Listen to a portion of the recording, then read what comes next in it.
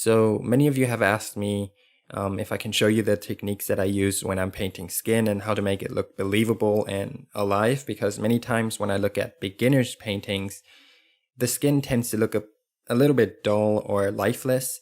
So that's basically what I want to show you in today's video. So I'll run you through how I created this illustration, and hopefully by the end of this video you will have somewhat of an understanding on what to do to create believable and good looking skin. So here we go. The first thing that I want to show you is how to use color. Some very basic principles that you need to follow in order to make your colors pop. I prepared a color wheel up here, so let me actually zoom into the color wheel here. And this is really easy to understand, but it's really important as well. Basically, on the top right, you see the warm spectrum, and on the lower left, you see the cold spectrum. You have 6 primary colors: yellow, orange, and red, green, blue, and violet. And basically, red and blue are your primaries, and orange, yellow, violet, and green are your secondaries. But let's just call them primaries because they're like the most important. And so yellow, orange, and red are warm colors, green, blue, and violet are cold colors. And they are important because when you're painting and your light source is warm, you want your shadows to be cold, and vice versa. So if your light source is cold, you want your shadows to be warm. And this doesn't apply to every situation, but most of the time this is what you want to follow. I'll show you in this example over here in this painting what I mean with that. So her face is in light and the light is warm. So I'll show you. So her face has some yellows, some reds, some oranges. So her face is mostly in warm light, and her shadows down here are bluish violet. So this is cold, and her face is warm. And so you want to keep that in mind when you're painting. If your light source is warm, you want your shadows to be cold, and if your light source is cold, you want your shadows to be warm. That really makes an image pop. It's a really easy principle to understand and to apply, but you need to know it. And many beginners, they really don't know about these things, even though they're really simple to apply to your paintings, and they make such a huge difference. You don't have to fully understand the whole color spectrum and how it works, but slowly kind of ease into it and try to understand the basic rules that apply to color. So just remember, if your light source is warm, you want your shadows to be cold. Next, I'll just run you through how I created this illustration and the steps I've taken and what went through my mind and why I've done certain things that I've done. So in order to do that, I'll just hide the finished piece. And so what you see here, let me actually hide the base color. So this is the original sketch. It's not too detailed, it's pretty loose, but it has enough information for me to get started painting. And also a quick tip is to maybe have your sketch in a slightly reddish tone. It helps later on when you're painting to make it look a little bit more natural and a little bit more human. So I created a base layer, and this is just a flat color, and most of the time it's also the skin color. And so I set the skin color first before I start painting anything else. And with the skin color, what you want to pay attention to is that it's not too saturated and not too desaturated, and not too light and not too dark. So you want kind of a mid value, something that is comfortable to look at. If you look at the color wheel up here, it's a pretty natural and nice color. It's not something that's too bright, not something that's too saturated, not too dark. It's kind of like a really comfortable mid value. And so next up, I like to also give all of the other things a flat color. So her hair color is going to be a flat color at first, her eye color, her lips, any accessories that she wears. I'm going to give these things a flat color. So let me just show you the layers and make them visible. For example, here we have her lips and her eyes, and I'll just keep going like this. And what else is there? Her ear pods. And so I gave everything a flat color. These act as my base layers. And from there, I just start shading and kind of take little baby steps. You don't want to go in there and expect it to be like finished in 10 minutes. You want to really take it one step at a time and work towards your goal in small steps. These are the base layers. And then from here, I can start shading slowly. And what I do when I'm shading is, so many beginners, what they do is they take the skin color and then they just use a darker color to paint on top. And obviously that's not going to look pretty good because it kind of looks muddy and it doesn't look very natural and nice, and it kind of flattens out the whole image. It makes it look very dull. So you don't want to have muddy colors. And in order to avoid that, what you do is you need to shift the hue of the color. So right here, that's my skin color, and then I shift hues to another color and then make it slightly darker. And then it looks way more natural when I'm painting. So do not only use lighter and darker versions of your base color to paint. It's going to look very dull. So I'm going to show you my very first shading layer. So this is my very first level of shading, and it's pretty basic, and right now it looks pretty terrible, I would say, but that's a part of the struggle. So in the beginning, most of your paintings will look kind of bad, but you just have to fight through that phase and yeah, have good faith and hope that it's going to work out in the end. So this is the first layer of shading that I apply, and you can see that I didn't go overboard. I was really cautious and I paid a lot of attention and tried to hit the main points of shading. And this is really important. You don't want to go in there too fast and do like final touches. You want to see what works and what not. And also when you're painting females, you don't want to put in too much shading because it starts to make them look a little bit old. So you want to have a nice balance between soft and hard shadows and edges. And I'll get into that later. But for now, just keep it simple and one step at a time. So what I do next is I do the same thing for all of the other layers, and I just keep going like that. So here's a simple layer of lighting, and I had a reference for this painting and I knew that the lighting was coming from the top right. So I was just adding a simple layer of lighting, and then I just kept going. I added some basic shading to her hair. Again, really basic, but you can see that the more layers of shading that I've added, the more it comes to life.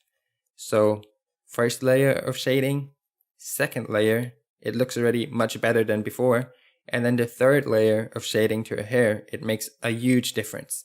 So as you guys can see, I don't rush it at all. I take it one step at a time, really slowly.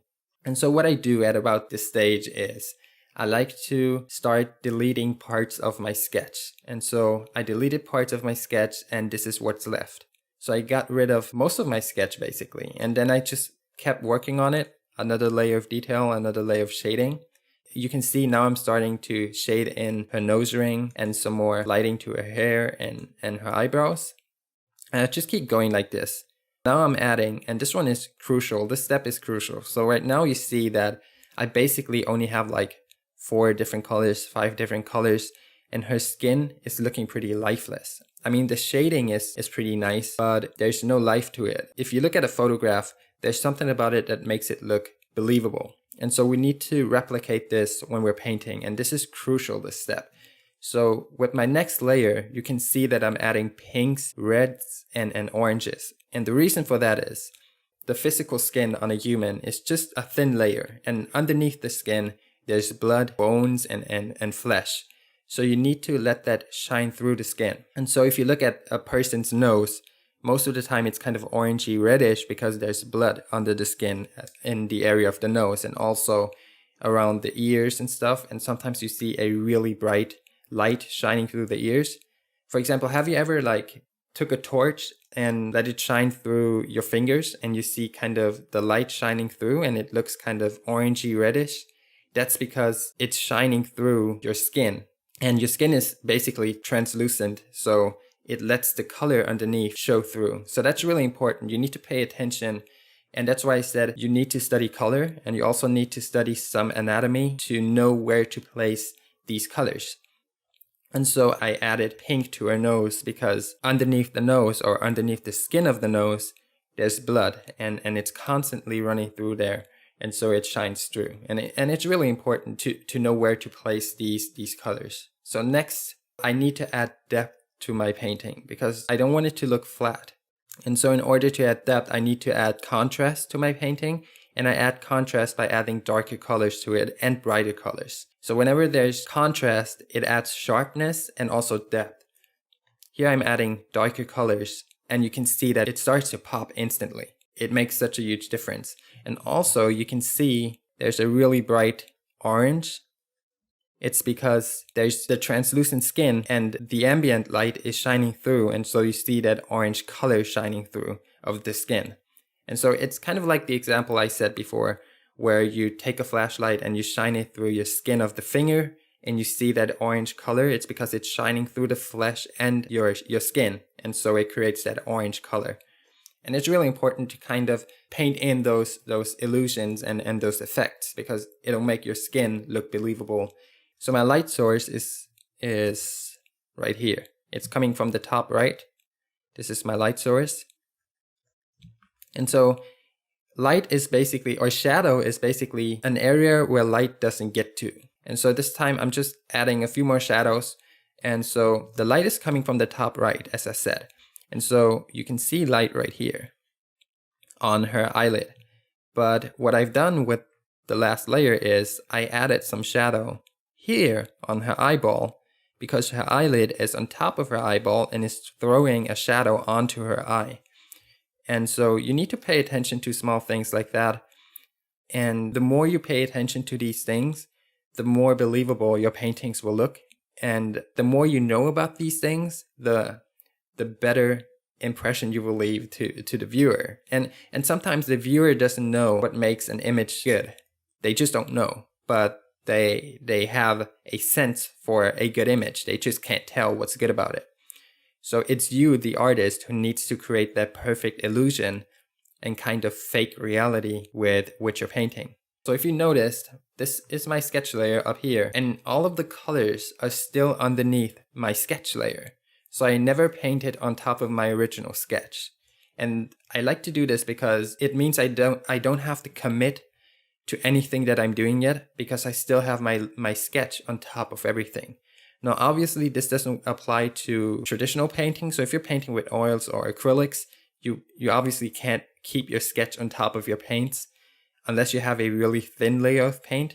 But when you're painting digital, you have the freedom of applying filters, of going back, of having your sketch on top of everything. So use these advantages when you're painting. And now I start painting on top of my sketch for the first time with this painting. And what I do is I start adding detail to her hair. And you'll see this makes a huge difference to the painting overall. It just adds a big layer of realism to the whole painting. So if I just turn it off again and turn it back on. But if we zoom in, it's actually not a whole lot that I've changed. I just added a few single strands of hair. But it's the small details that make a huge difference. And I like to keep these small details until the end of my painting, such as highlights. I don't add them while I'm painting, I add them at last. So, because highlights make your image really pop, and those are like the icing on the cake. It's kind of like the cherry on top. So keep them for last and see how they make your image come to life. With the next layer, I'm actually showing you the highlights that I've added to her eyes, and just see how much life she gets from it. So it just makes it pop. There's something about highlights that just finalize your image. So at this point, I could basically call it done. I just wanted to add one more layer of detail before I was really happy. But even if I showed you this painting right now, you would probably like it. But to me personally, I needed an extra layer of detail for me to be happy. And that's what I've done. So the next layer is the last layer of detail and painting that I've added to this illustration for me personally to be happy and to call it quits. And so this was my final step. And to be honest, it's really not a big difference. It's just a few small edits, but I needed these for me personally to be happy. And so what I've done, if we look at this step and the last one, I edited her eye. I just thought it was too low. So I kind of lifted it and to kind of balance it out with the other eye. And I also just cleaned it up around the edges. And this was just a personal thing. So you need to find that point where you say, I'm happy with this. And this is different from person to person, but don't get caught up in this endless cycle of, I need to keep working at this. It's not good enough. Sometimes just call it quits and move on to the next painting. You don't want to get caught up a week in one painting and not get anything else done. I would rather create something that's not 100% perfect, but maybe 80%, and I get to work on the next piece, because to me, quantity goes over quality when it comes to getting better at drawing. So if you're working on a client commission, then definitely you want to give it your all. You want to do like 100%, maybe even more. But when you're working on personal pieces and you're just trying to get better, then don't focus on perfection. Focus on quantity, really. Like, do as much as you can. And that's, to me, that's one of the best ways to get better in a short amount of time. So this is basically the end of the tutorial, and hopefully you have learned something by watching this video. This is my first tutorial. I've never done a tutorial before where I tried to teach somebody a technique when it comes to painting. So I hope it wasn't too terrible and that you guys were able to learn something from it.